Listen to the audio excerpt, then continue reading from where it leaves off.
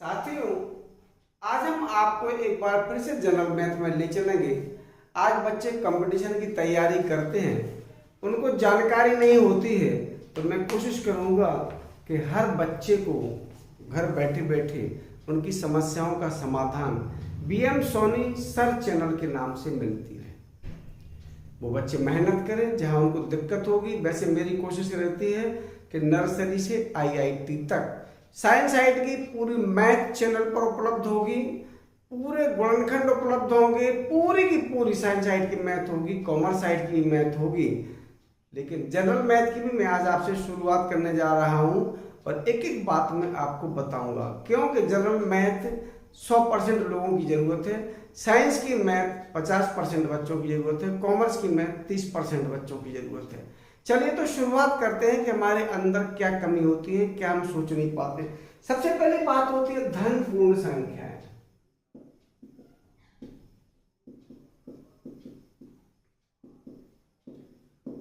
इनका मतलब होता है पॉजिटिव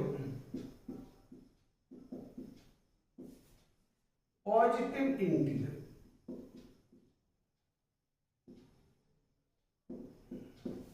धन की भी हो और पूरी पूरी हो। जैसा निश्चित है कि धन की चाहिए और पूरी चाहिए, ठीक। तो इनमें ऐसी होती हैं 1 2 3, ये जो हम गिनती पढ़ते हैं ये धन की भी है और पूरी पूरी है। इनमें एक चीज ध्यान रखना कि इनमें हमारा जीरो नहीं आता है। हाँ, जीरो कहां से आएगा? जब हम गिनती की शुरुआत करेंगे, जैसे हमारा आएगा यहाँ 4 5 6 7 8 9 10, ये आएगा। अगर जीरो आपका किसी अंक के दाईं तरफ है तो वो मान होगा, शुरू से मान नहीं होगा, ये ध्यान रखना है। यहां से हमारी शुरुआत होती है लेन देन की और इन्फिनिटी तक या अनंत तक ये चीज हमारी जाती है, लेकिन इसमें शून्य नहीं आता है, ध्यान देना। तो उसके बाद जो संख्या शुरू होती है वो होती है पूर्ण संख्याएं। पूर्ण संख्या का मतलब ये होता है कि आपकी पूरी पूरी संख्याएं हैं, इनमें आपकी जीरो भी आती है, इनमें आपका जीरो भी आएगा, 1 2 3 4 भी आएगा। इसमें जीरो हमारा नहीं था, इसमें हमारा जीरो आएगा, ठीक है। इनको कहते हैं इंटीजर।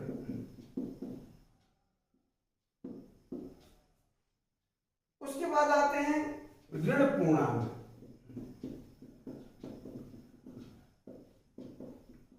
इनको कहते हैं नेगेटिव इंटीजर।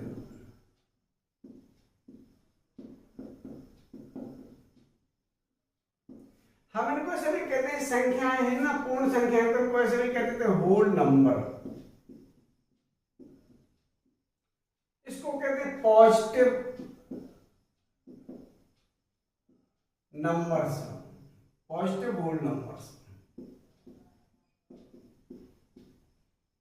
ये भी हम कह देते हैं। नेगेटिव होल नंबर्स, ये भी हम लोग कह लेते हैं। इनमें हमारे क्या होती है? माइनस की होती, -3 -2 संख्याएं हमारी माइनस की होंगी, लेकिन पूरी पूरी होंगी, ठीक। ये हमारी होती है पूर्ण संख्याएं। उसके बाद हम आगे चले, फिर होती है सम संख्याएं।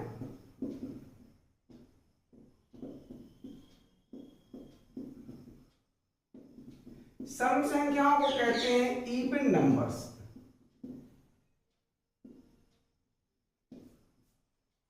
ये धन की भी हो सकती हैं, ऋण की भी हो सकती हैं, बस ये संख्याएं 2 से कटती हैं, 2 से कटने वाली संख्याएं।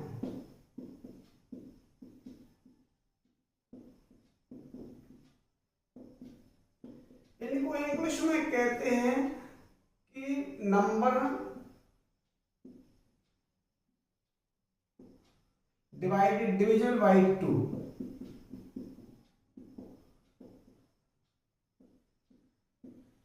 जो संख्याएं 2 से कटती हैं वो सम संख्याएं होती हैं, चाहे वो धन की हो चाहे ऋण की हो, कोई फर्क नहीं पड़ता। जैसे 2 4 6 ये अगर आपकी हैं, ये सम संख्याएं हैं, तो -2 -4 -6 ये भी आपकी सम संख्या। सम संख्याओं की एक पहचान होती है, जिसे चलिए अभी आप लोगों को आगे बताते हैं। ऐसे होते हैं हमारी विषम संख्याएं।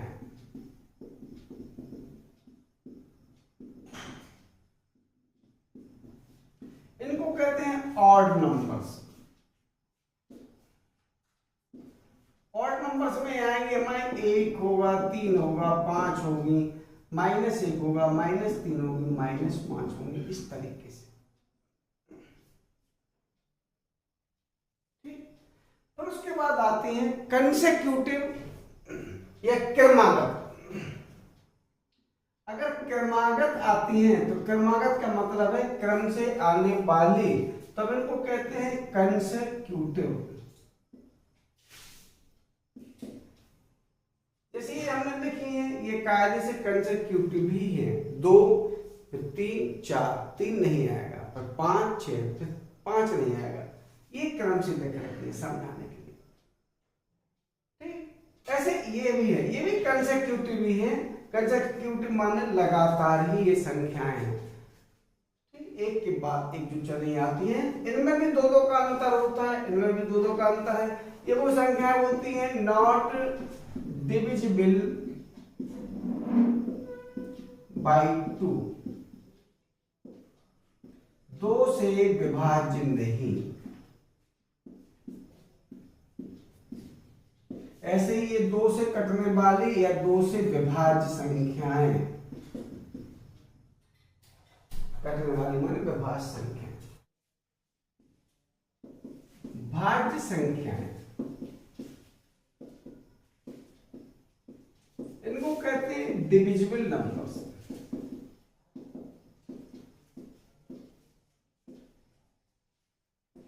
भाज्य संख्या का मतलब है जो एक के अलावा कई संख्याओं से कटती हैं। जैसे 4 4 है, ये हमारा 2 से भी कटेगा और 4 से भी कटेगा। ऐसे अगर हमारा मान लो 6 है, ये 2 से भी कटेगा, 3 से भी कटेगा। इस टाइप की जो संख्या होती है वो भाज्य या डिविजिबल नंबर्स कहलाती हैं। फिर एक होती है अभाज्य संख्या।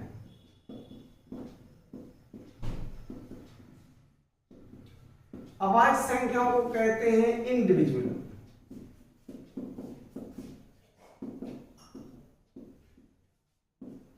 Indivisible numbers. ये वो संख्याएं होती हैं जो किसी से नहीं कटती। जैसे 2 है, 3 है, 5 है, 7 है, ये अभाज्य संख्या है। फिर होती हैं सहअभाज्य संख्याएं। फिर आती परमेय संख्या, इनको हम प्राइम नंबर भी कहते हैं। अभाज्य संख्याएं जी हो गई जो अपने अलावा किसी से नहीं करती हैं। अब अपन आगे चलते हैं, फिर आती है परमेय संख्याएं।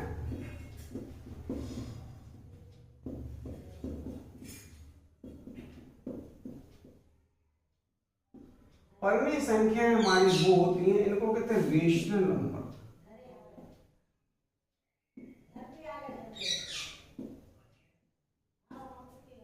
वे संख्याएं जिनको हम इस तरीके से लिख सकते हैं, P/Q रूप में लिखी जा सके।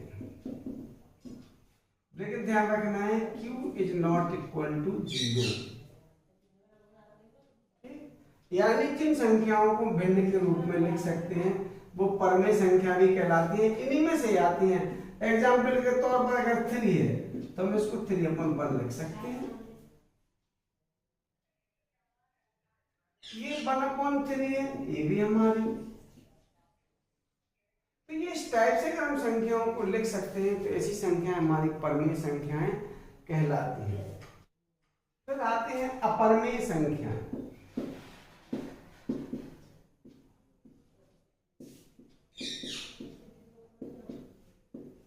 इनको कहते हैं इर्रेशनल नंबर।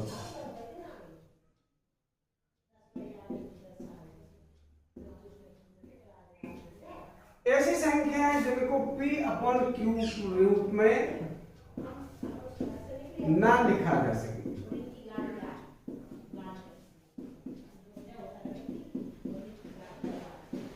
यानी the numbers which can not be represent in P/Q form. ठीक, जैसे आता है एग्जाम्पल के तौर पाई होगा हमारा, ठीक, इसको हम नहीं लिख सकते हैं। ऐसे और भी होगा, पाई होगा, √2 होगा, √3 होगा। ये इस टाइप की जो संख्याएं होती हैं, ठीक है, ये हमारी कहलाती हैं अपरिमेय संख्याएं। ध्यान रखना कि लोग इसके बारे में डाउट करते हैं कि ये परमेय है कि अपरिमेय है, रेशनल है या रेशनल नंबर है। ठीक, वैसे ये हमारी 99% अपरिमेय है, लेकिन अगर हम इसको भाग दें तो 10-12 अंक के बाद इसके अंक फिर वही कोई आने लगते हैं। तब लार्ज स्केल पर जब हम स्टडी करेंगे तो हम ये देखेंगे कि ये भी हमारी रेशनल नंबर है। लेकिन अगर हम डिवाइड करते हैं किसी भी फ्रैक्शन को या किसी भी अंश को, तो 2, 3, 4 ही पॉइंट तक हम जाते हैं, उस तक ये नहीं आती, इसलिए हम कह देते हैं ये अपरिमेय। अब आगे बढ़ चलते हैं वास्तविक संख्या।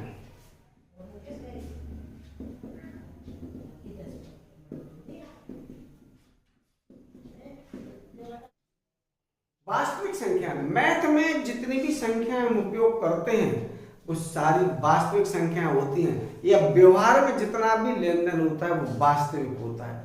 लेकिन मैथ इतनी ज्यादा विस्तृत हो गई है कि बहुत सारी शाखाएं ऐसी हो गई कि आप अवास्तविक, या मान लीजिए अभाग, वो उसको कहते हैं कि इमेजिनरी नंबर या काल्पनिक संख्याएं भी आने लगी हैं। काल्पनिक संख्याओं के बारे में भी बताता हूँ। वास्तविक संख्या में जो आप पढ़ते हैं 2, -2, 3/7, 5/9, इस टाइप से जो भी आपका लेन देन होता है 0, ये हमारी सारी वास्तविक संख्याएं। मैथ में जितनी संख्याएं पढ़ते हैं 99% संख्याएं हमारी वास्तविक संख्या होती है। लेकिन जब शाखाएं फैल गई हैं तो हम आपको बताएं काल्पनिक संख्या। काल्पनिक संख्या भी मैथ का बहुत विस्तृत रूप है। जब साइंस साइड की मैथ में हम आपको बताएंगे तो एक कॉम्प्लेक्स नंबर के नाम से पूरे चैप्टर्स हैं और काफी डीप में ये चले गए हैं, लेकिन इनका जनरल मैथ से कोई ज्यादा संबंध नहीं है। और ये हमारा उद्देश्य आपको कंपटीशन क्रॉस कराना है, चाहे वो रेलवे का हो, चाहे वो आपका पुलिस का हो, चाहे और भी बैंक के हो। ये हमारा वो ब्रांच है जो मैंने यहाँ से शुरू की है। काल्पनिक संख्या वो होती है जैसे मान लो रूट के अंदर -3, तो रूट के अंदर अगर 3 था तो हम उपयोग कर सकते थे। √3 की वैल्यू हमारे अगर हम निकालते 1.732 होती है, ठीक।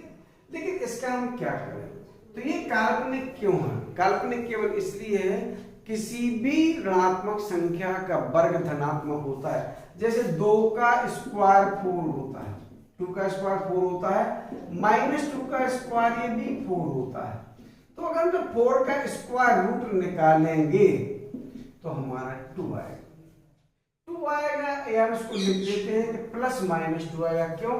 क्योंकि 4 लिखा है, एक 2 का स्क्वायर है या -2 का स्क्वायर, हमें नहीं पता, इसलिए जब भी हम इसका स्क्वायर रूट निकालेंगे ये दोनों ऑप्शन हमारे सामने है। तो फिर सवाल ये उठता है कि ये कहां से आया? रूट के अंदर माइनस अगर है तो किसी भी संख्या का वर्ग माइनस जब नहीं होता तो ये कहां से आ गया? लेकिन हम सॉल्व करेंगे कई बार इस टाइप से, x² + 3 = 0, ये आ गए। x की वैल्यू हम निकालेंगे -3 आ गई, तो x की वैल्यू x² की वैल्यू -3 आ गई, तो x की वैल्यू कितनी आएगी?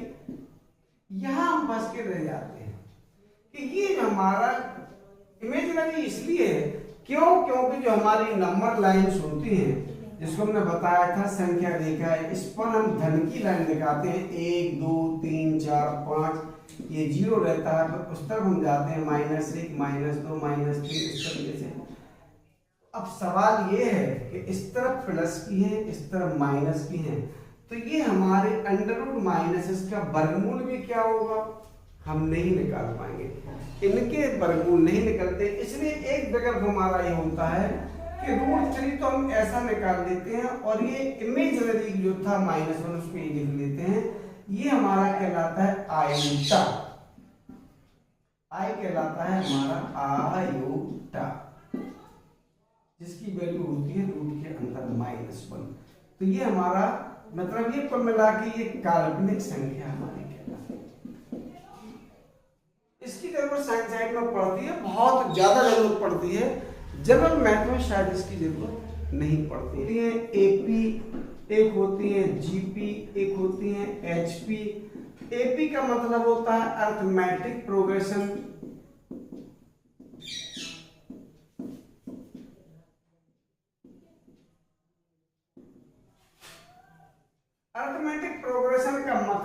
होता है कि ऐसा अनुक्रम या ऐसी सीरीज जिसमें एक निश्चित अंतर वाली संख्याएं हमारी मौजूद हो।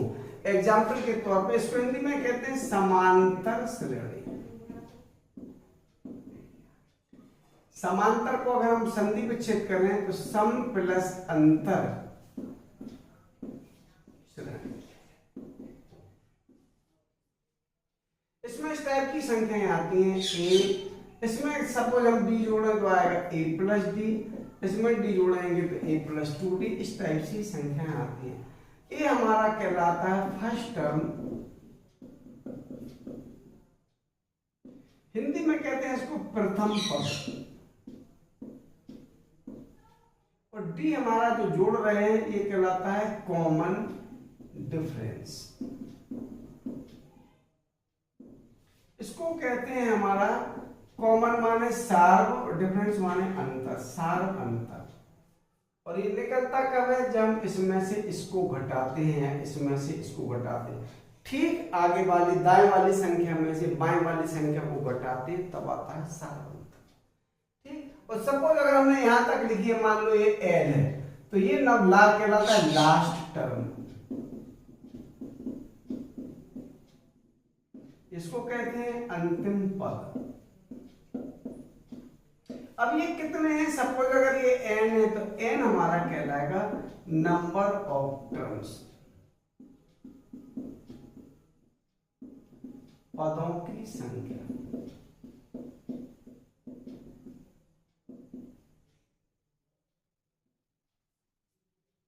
ठीक, अगर हमें मान लो इसको जोड़ना हो, तो अगर मान लो हमें कोई विशेष टर्म निकालना हो, अगर nवां पद निकालना हो, ये इसको कहते हैं nth टर्म, तो इसको हम an से रिप्रेजेंट करते हैं, तो आता है पहला पद प्लस n-1 इंटू डी, सीधा सीधा फॉर्मूला। जैसे हमने लिख रखा है एग्जाम्पल के तौर पर, हमने लिख रखा है सपोज 2 और 3 5 और 3 8, ये इस टाइप का। हम इसके ये बोल रहे हैं कि अगर मान लो 15वां पद निकालो, यानी ए 15 निकालो, तो या तो आप उंगलियों पे कर लें, और नहीं है तो सीधा सीधा ये फॉर्मूला a प्लस n-1d का फॉर्मूला लगाएं। a माने पहला टर्म, n माने जो हमें लिखा है 15 -1, और d माने इनका डिफरेंस यानी 3। तो 2 और ये होगा 14 थी 42, 1 मिनट में अपन निकाल लेंगे 44। ठीक है, अगर हमें इसका योग निकालना है तो योग निकालने के दो फॉर्मूले हैं, n/2 first term plus last term, या n/2 a, और l की वैल्यू हमने अभी बताई थी a प्लस n-1d, तो ये आ जाएगा n/2 2a प्लस n-1d, सीधे सीधे फॉर्मूला। एग्जाम्पल के तौर पर अगर हम कोई ले लें कि मान लीजिए 5 और 3 8 और 3 11 और 3 14, ये हमें लेना है, और सपोज ये हमें लेना है कहां तक? ये हमें लेना है 50 पद।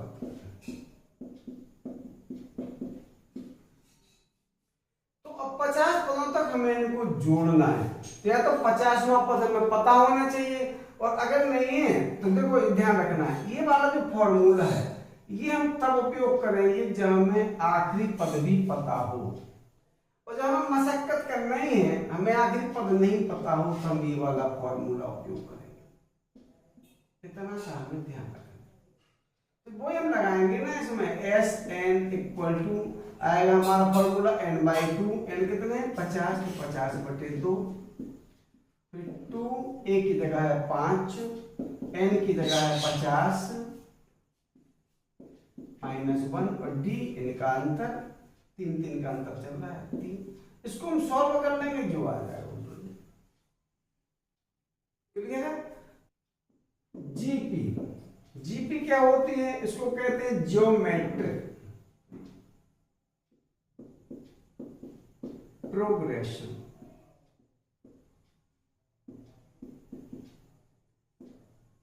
हिंदी में इसको कहते हैं गुणोत्तर श्रेणी।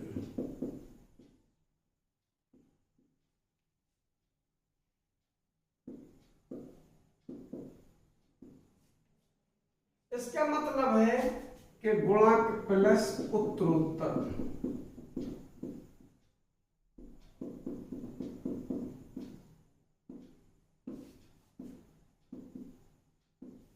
इसका मतलब है कि आपका अगर कोई सीरीज है, सपोज ये ए है, इसमें आप अगर किसी से गुणा करते हैं, हमने मान लो इसमें आर से गुणा किया तो ए आर, तो इसमें भी आर से गुणा कीजिए तो ए आर की पावर 2, फिर इसमें भी कीजिए ए आर की पावर 3, इस तरीके से चला।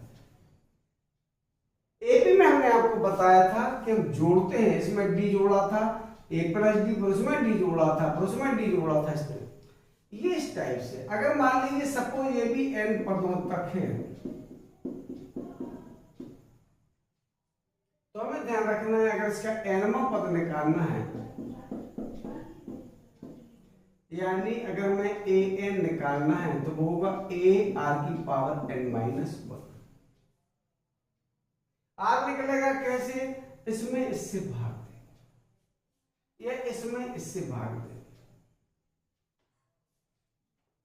ठीक, अब हमें अगर इसका योग निकालना है, सपोज अब मान लो एग्जाम्पल के तौर पे हम ये कर ले, ये मान लो जो पहला हमारी ये 2 है एग्जाम्पल, इसमें हम 3 से मल्टीप्लाई करते हैं तो आएगा 2 3 6, फिर इसमें करेंगे तो 6 3 18, इस टाइप से माने। और सपोज हम ये माने कि ये हमारे 20 पदों तक है। एक एक चीज हम बताएंगे, बस ये जो हम आपको बताएं वो आपको ध्यान रखना है। क्यों? आप ये मान के चलना जो मैं आपको बता रहा हूं, एक एक सवाल आपके लिए एक एक मंत्र है। समय का बहुत महत्व है, अगर आप समय को समझेंगे तो आप कर लेंगे, लेकिन आप अगर ये लापरवाही में डाले रहेंगे तो नहीं कर पाएंगे। क्योंकि आज जीतता वही है जो बहुत जल्दी हाथ चलाता है, जिसका दिमाग में बहुत जल्दी चलता है।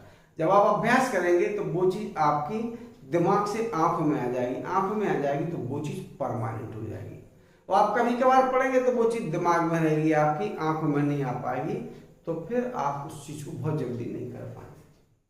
तो देखो ये हमारा ए है, ए कितना है हमारा 2, और इससे हम इसमें अगर भाग दे तो आएगा 6 में 2 से भाग दे तो आ जाएगा 3, और नंबर ऑफ टर्म कितने हैं हमारे, फिर वही 20। हमें निकालना है A20, फॉर्मूला क्या है, ए आर की पावर n-1, ए आर की पावर 20-1, यानी a की जगह 2, r की जगह है हमारा ये 3, इसकी पावर कितनी है 20-1 90। आप यही लिख देंगे तो भी चल जाएगा, क्योंकि 3 की पावर जब आप 19 तक जाएंगे यानी 19 बार मल्टीप्लाई करेंगे तो बहुत आएगा। तो पहले ये तोड़ेंगे, उसके बाद ये हमारा 2 से मल्टीप्लाई। समझने के लिए अभी अपन ऐसा करें, सपोज हम ये बोले कि यहाँ से 5 पद निकाल लीजिए, 5 पद निकालना, चलिए यहाँ 5 हो जाएंगे, यहाँ 5 हो जाएंगे तो यहाँ भी 5 हो जाएंगे, यहाँ 5 हो जाएंगे तो यहाँ 5 हो जाएंगे, यहाँ 5 हो जाएंगे तो यहाँ 4 हो जाएंगे। अब 4 हो जाएंगे तो आप इजीली कर लेंगे, 3 की पावर 4, 3 का 9 27 81, और 81 हमारा ये आ जाएगा, और 2 से गुणा करेंगे 162। कुछ बच्चों की गलत सोच होती है, कुछ बच्चे क्या सोचते हैं, जैसे इसको इस तरीके से ले जाते हैं, वो कहते हैं इसका इसमें मल्टीप्लाई और कर लो, तो 2 into 3 की power 4 is not equal to 2 into 3 to power. ये चीज ध्यान रखना, जिसके ऊपर पावर है केवल वही टूटेगी, ऐसे नहीं कि इसको इसमें जबरदस्ती का घुसा। अगर हमें इसका योग निकालना हो तो योग निकालना हो तो 2 फॉर्मूले हैं कि a1 माइनस r की पावर n/1 माइनस r। ये हम जब लगाएंगे तो 1 में से r घट रहा है जब r की वैल्यू 1 से कम हो। अगर हम इसकी साइन चेंज करते हैं तो ऊपर के साइन चेंज कर दें तो r की पावर n-1, नीचे से कर दें r की पावर n-1। ये हम तब लगाएंगे जब हमारा, अब कुछ बच्चे सोचेंगे कि इसमें क्या अंतर है। अभी आपको अंतर नहीं दिख रहा, लेकिन अगर आप इस चीज को फॉलो नहीं करेंगे तो आप बेसिक गलतियां कर जाएंगे। ठीक, चलिए जैसे मान लीजिए फिर वही है 2 फिर 4 फिर इसमें फिर आएगा 8 फिर 16, सपोज हमने ये ले लीजिए, और हमें कहां तक लेना है, मान लीजिए इसके 8 पदों तक लेना है। कैलकुलेशन करना है, इस वजह से अपन इसको ज्यादा नहीं ले रहे हैं, नहीं तो जितने भी अपना हो 100 हो 1000 हो आप ले सकते हैं। हमें सपोज इसको जोड़ना है, हमें जोड़ना है तो इसका फॉर्मूला क्या है, ए आर की power n minus one upon r minus one. अब क्यों हमने लगाया, क्योंकि आर की वैल्यू एक से ज्यादा है, जब आप इसका इसमें भाग देंगे, यानी ये अगर इंक्रीजिंग है तो ये लगेगा, और अगर डिक्रीजिंग है तो ये लगेगा। मैं आपको बताता हूं, ठीक। चलिए तो ये अपन करेंगे, तो ये ए की वैल्यू थी 2, आर की वैल्यू इससे इसको भाग देंगे तब भी 2, पावर है 8 माइनस 1 अपॉन 2 माइनस 1। हम 1 था, इसमें 2 से भाग दिए 1/2, फिर इसका आधा, फिर इसका आधा, ये डिक्रीजिंग है। इस टाइप की श्रेणी आपकी अनंत तक जाती है, इन्फिनिटी तक भी जा सकती है, लेकिन जो हमने पहले वाली बताई वो हमारी इन्फिनिटी तक नहीं जा सकती है। तो ये जैसे इसमें r की वैल्यू कितनी है, इससे इसको भाग देंगे 1/2, ये किस में आ रहा है, लेस देन 1 में, इसमें भी ये फॉर्मूला है। कितने पद निकालना है, सपोज इसमें भी 5 पद ही निकालना है,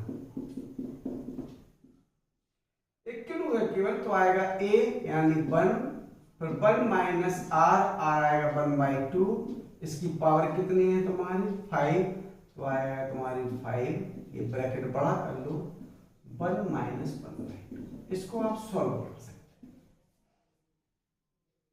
तो ध्यान रखना कि जो डिक्रीजिंग सीरीज होगी वो आपकी कहां तक जाएगी, अनंत तक। जीपी में डिक्रीजिंग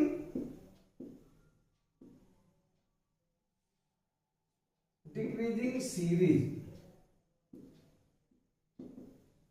कौन सी सीरीज, आर लेस देन 1 वाली, अनंत तक जा सकती है।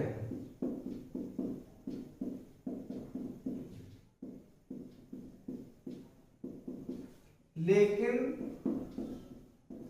r इज ग्रेटर देन 1 वाली इंक्रीजिंग सीरीज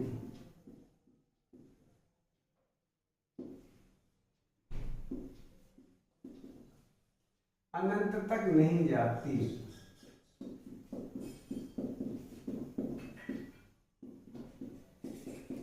ये आपको ध्यान रखना है। एक बार क्या हुआ, आईआईटी में क्वेश्चन आया था, सीरीज ये थी s equal to 1 plus 2 plus 4 plus 8। ध्यान देना, ये सीरीज है और ये सीरीज कहां तक है, अनंत तक। बच्चा चूक गया, सीरीज तो आईआईटी में मिल गई और बहुत हल्की मिल गई, लेकिन उसको बेसिक पता नहीं था कि ये सीरीज अगर ऐसी है तो अनंत तक जाएगी, ऐसी वाली सीरीज कभी भी अनंत तक नहीं जाएगी। तो इसमें क्या किया कि अनंत वाली जो सीरीज होती है तो उसमें सीरीज क्या होती है, अनंत श्रेणी का योग।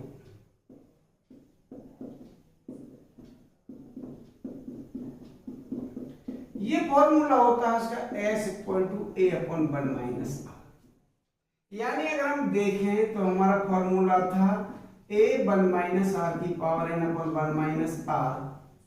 लेकिन अगर मान लो r की वैल्यू कितनी होती है, 1 से कम, और जो चीज 1 से कम हो उसकी जितनी ज्यादा पावर बढ़ती है उसकी वैल्यू उतनी कम होती जाती है।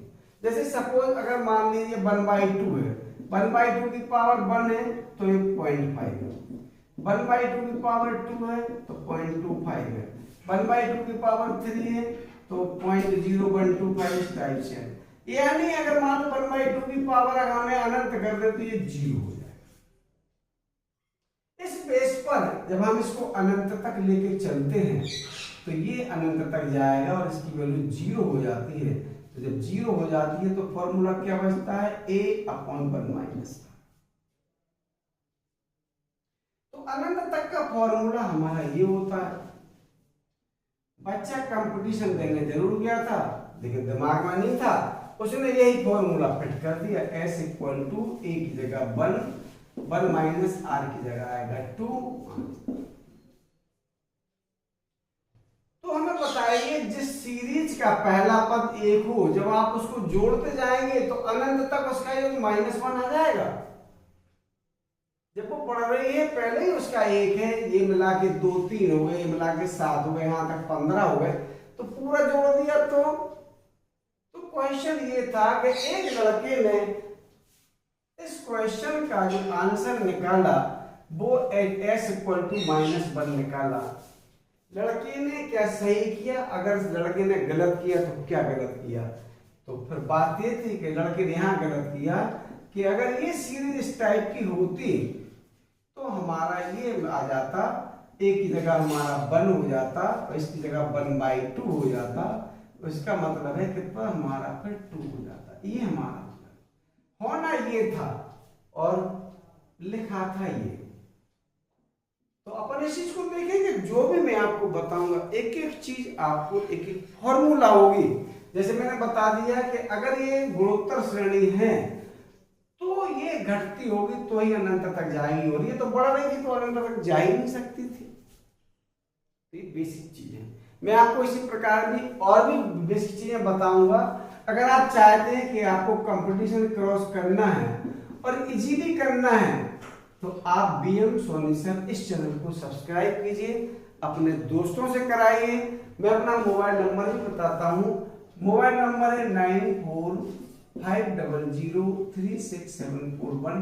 आप दूर दराज कहीं भी बैठे हो, हिंदुस्तान के किसी भी कोने में, हिंदी या इंग्लिश में अगर आपको कोई दिक्कत होती है हम दोनों में आपको एक्सप्लेन करके देंगे। ये मेरी कोशिश है कि मैं आपके बीच में बना रहा हूँ, और अगर मेरा जीवन आपकी समस्याओं का समाधान करने में आता है, मैं पेशे से सिविल इंजीनियर हूँ, IIT क्वालिफाई हूँ, लेकिन मैं चाहता हूँ कि मैं अपने सारे एक्सपीरियंस आपके साथ शेयर करूँ। इतनी सी इच्छा है, बहुत ज़्यादा इच्छा नहीं, रिटायरमेंट की कगार पर हूँ, इसलिए मैं चाहूँगा कि मेरा अनुभव आपके साथ हो और आपकी समस्याओं का समाधान मैं कर सकूं। बस यही इच्छा है, बाकी है इच्छा। जय श्री राम, वंदे।